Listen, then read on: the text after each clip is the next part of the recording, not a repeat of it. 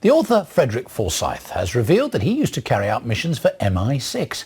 In his autobiography, the 77-year-old gives details of operations in Africa and behind the Iron Curtain. He talked to me here on BBC News a short time ago. I think the first time was when I was inside Biafra, which you'd have to be now rather long in the tooth to remember, the Nigerian Civil War, and also, of course, the Nigeria-Biafra War. But I was inside Biafra, and I was approached in London by a man who later became a good friend, who said, look, we have a problem. We don't have any man in any source in on the ground inside the encircled enclave. So, would you help us out? Just tell us what's going on inside there. So I said, well, okay. So, but I did. For the last year of the Biafran War, I was sending reports, both journalistic reports to the media and other reports to my new friend, telling him just actually all they wanted to know was the true level of the horror that was going on in there, the thousands and thousands of dying children. I felt that was pretty controversial, but not about security, not the security of our country anyway. So I saw no harm in contributing. But as you say, you were a correspondent then. I am old enough to remember that, and a good one. But so there were some things that you weren't putting in a newspaper, but you were telling the security people.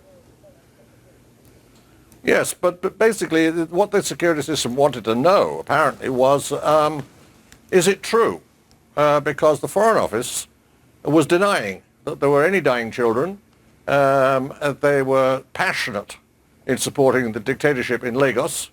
It was oddly enough the MI6 that had a different viewpoint.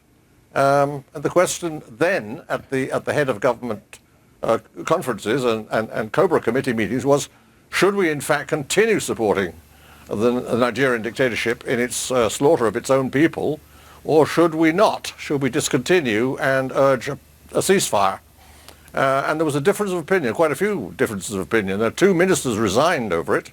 Mr. Thompson and Mr. Thomas both resigned. So this was a government that was split.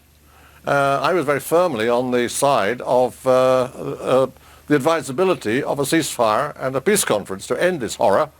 And I saw no harm, therefore, in confirming that the worst fears of what was going on inside Biafra were absolutely true. The children were dying like flies. Eventually, estimate, not by me, by relief organizations like the International Committee of the Red Cross, was that 1 million children died in there. And I was in the heart of it. And that was your first foray. Then you went on to do things in undercover in East Germany and in Rhodesia. I mean, you were getting to be sort of not a full-time agent, but a proper agent.